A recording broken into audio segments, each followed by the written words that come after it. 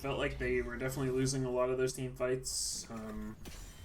So maybe giving them a little bit more opportunity to play a little bit of a macro game, maybe avoid the 5v5 fights, will be a good thing for them.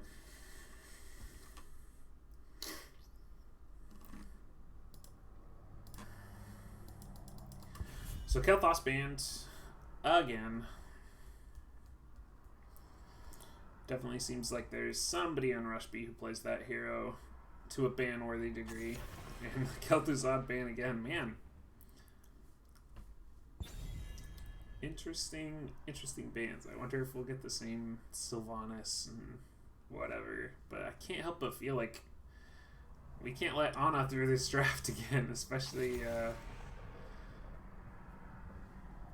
Rush B. I feel like maybe needs to prioritize that hero a little bit more. But the Falstad getting banned. And I guess we'll find out.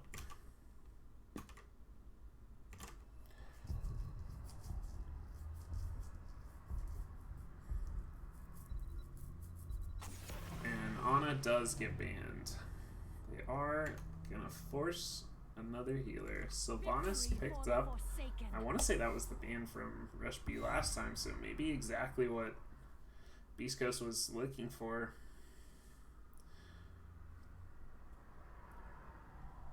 So we'll see how they answer the Sylvanas.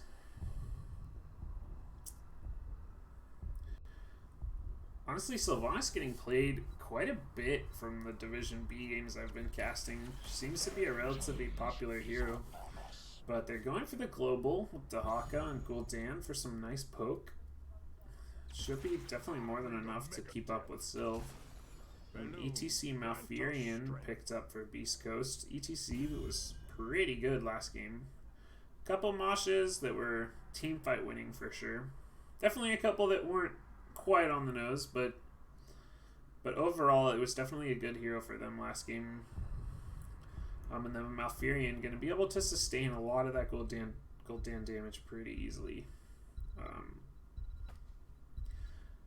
We'll see what kind of bans we got. Greymane getting banned out. He was doing a lot of work last game. Honestly, probably one of the reasons they lost some of the team fights in the beginning. It felt like maybe the Greymane player was a little bit too aggressive at times.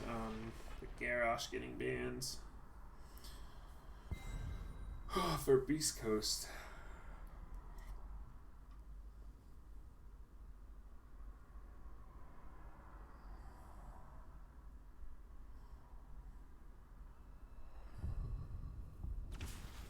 Lucio picked up once again. I wonder if they'll go back to the Johanna, and yes they will.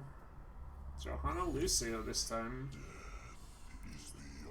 And the Malthael grabbed again. Definitely going to be a pretty easy lane for him against the Dahaka. And Cassia as their last hero. So definitely they moved away from the mage composition. Obviously without Ana it becomes a little bit harder to make work, but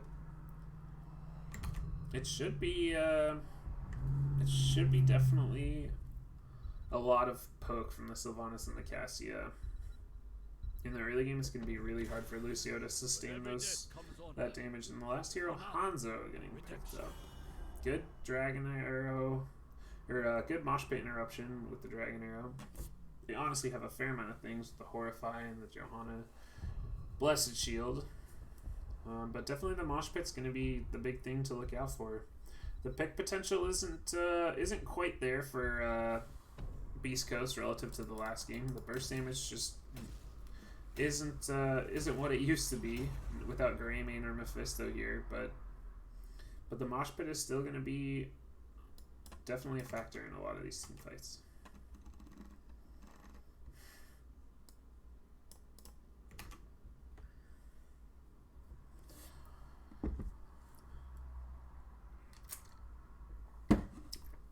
And I think the biggest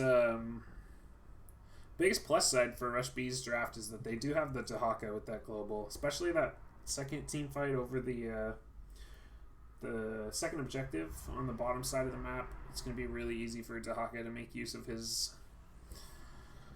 global, maybe soak a little bit a little bit more experience get them their heroics on that bottom objective. Good luck, have fun, except Fatlock.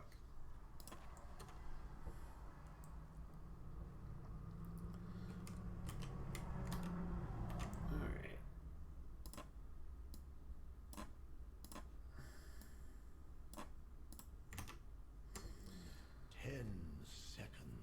So looking at level 1, Dahaka with the race car build. Malthael on a pale horse, so he's going to do his best to make those rotations. Interestingly, looks like all of Beastos is going to be rotating to the top lane, maybe hoping to get a pick on Dahaka. Dahaka does see this rotation in the Sylvanas. Oh yeah, obviously they're just going to try and cheese this top tower. It makes a lot of sense. It makes the lane a lot easier for Malthael when they do split off. Malfurion maybe not rotating with this team is going to get slowed a lot. He is kind of out of position, but I think he should be okay. The ETCQ is there to peel, and looks like the rest of the team is able to make it out. No deaths so far. Meanwhile, in the bottom lane, Hanzo wasn't able to push his wave in. I do believe Malthael was able to pick up that soak. So really good rotation from him. Meanwhile, the 4-man is still just shoving the top lane as hard as they can. Johanna has come down to soak the mid wave. Meanwhile, Malthael trying to double soak mid and bottom. And it looks like they're able to take down that bottom tower. This is a 4v3. But Malthael going to be missing some soak on the bottom lane. So it is going to go a little bit back and forth here. Well, damn, completely out of mana right now.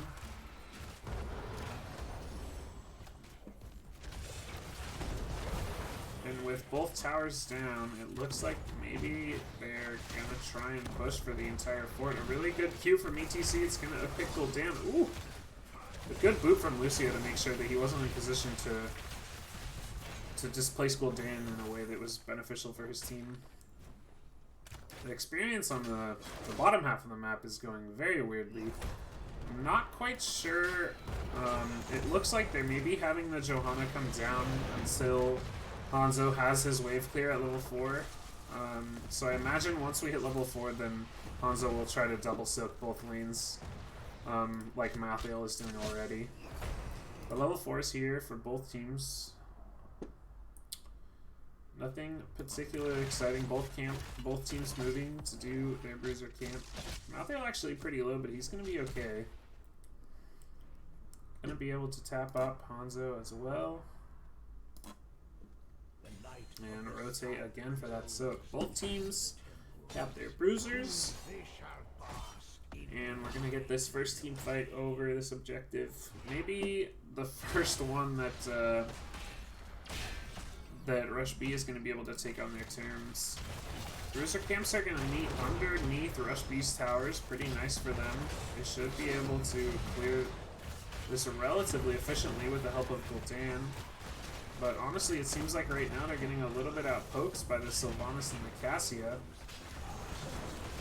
ETCQ is there. The boop comes out, but it is not enough. Gul'dan is going to fall, and that's going to be most of their wave clear in this top lane right now.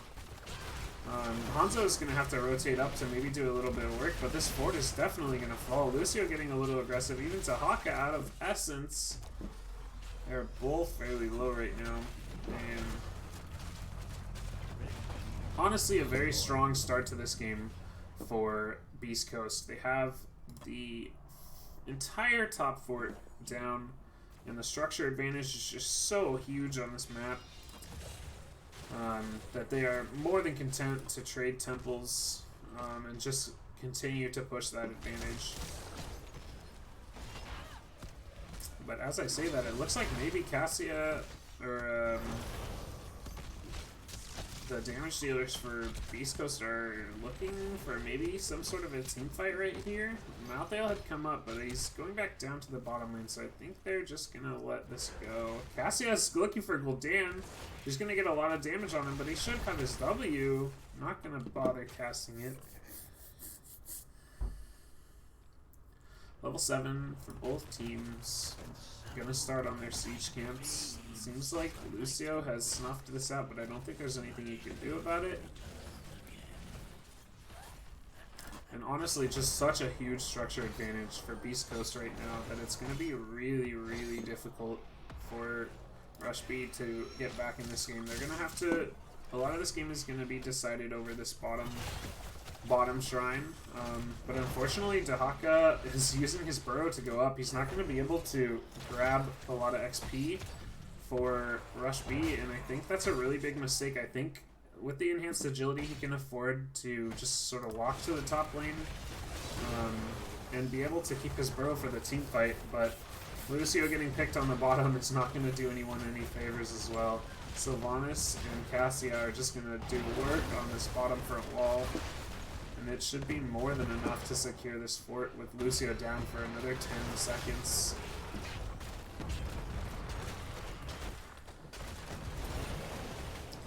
Good engage from the ETC. It's enough to kill Gul'dan. Johanna should be able to make it out with her iron skin, but she might get body blocked. Lucio is on his way, maybe coming with the boot, but it's not going to be in time. The fort is going to fall with the help of the Sylvanas trait. Meanwhile, Dahaka doing his best to contest Malthael in the top lane. I can't help but feel like maybe feeding Frenzy would have been a better level 7. Just better lockdown for Malthael in the ultimate. Last rites is going to be able to pick him off. And it looks like Beast Coast is moving straight for the boss. They have so much momentum right now. 5 kills to 0. Dahaka's dead for another 10 seconds. They can afford to grab this boss before the temple comes up. And there is really nothing that Rush B can do about it. Lucio knows they're on it, but nobody is in position to contest. It's going to be a free boss for Beast Coast. And ETC finds the pick on Lucio. He should be able to make it out, but the corruption, or the Sylvanas Shadow Dagger was enough to cost him his life. Really good mosh pit from ETC is just sort of waiting for his Q cooldown to come back up, it looks like. And I think Johanna's going to fall. Gul'dan honestly probably makes it out as long as he doesn't get dismounted by these minions. Oh, but Malthael is here. He sees him. The last rites is just going to kill him, and that's quite unfortunate. It's 8 kills to 0 now, and man, this ETC Sylvanas combination is just doing so much work. Great Twilight Dream from Malfurion. Everyone is so healthy, and I think, honestly, this might be game here. The boss is still 50%. The temple has a couple more shots left as well, and they're going to look straight for core. Lucio's dead for another 15-ish seconds. The arrow is good. ETC and Cassia take a lot of poke, but is it... I don't think they have enough damage to end. The boss is down. Gul'dan actually falls, but Cassia is probably going to go with him. But 2 more kills are picked up for Beast Coast, and it looks like ETC is going in for Hanzo. Sylvanas wants to go core, but everyone is so low on mana. Malfurion does not have enough innervates, and they're just going to rotate back towards the siege camp. We almost saw like a 7-minute game on this map. Holy cow. But with Cassia falling, Rush B finds their first kill of the game, and who knows, maybe it'll be enough to get them back in here. But both siege camps being picked up for Rush B. They're just going to further extend this experience and structure lead that they have, rotating up to their bruisers. They're more than content with waiting out the next objective phase. But Sylvanas may be getting a little bit aggressive here. Dahaka burrows top, and honestly, I think this was a huge mistake. He has no way out. He sees the rotation from Beast Coast, and he's gonna really struggle. Silence for Malthael, but it is not enough, and really strange rotation from Dahaka. That's the second time he's used his burrow just to catch soak. When you're enhanced agility like that, you can afford, especially on Sky Temple where there's a lot of bushes through the jungle, you can afford to just kind of walk to places and save your burrow for the team fight, but that one in particular got snuffed out, just immediately showed himself right behind the entire team of Beast Coast, and the Bruiser camp with 2 catapults and the Sylvanas shutting off the towers is going to be very, very hard for Gul'dan to clear by himself. The Lucio Sound Barrier comes out, but it's more of a desperation than anything else. The Dragon Arrow is there, followed by the Horrify. And a really, really good mosh pit to not only save Cassia, but net them another 3 kills. Last Rites does not manage to get the kill on Dahaka, but it won't matter.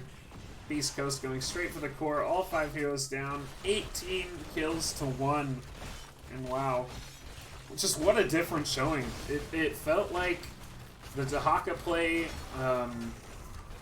just wasn't quite strong enough to deal with the Malthael. The Sylvanas was definitely something that Rush B was not prepared to deal with, and the structure advantage was just too much.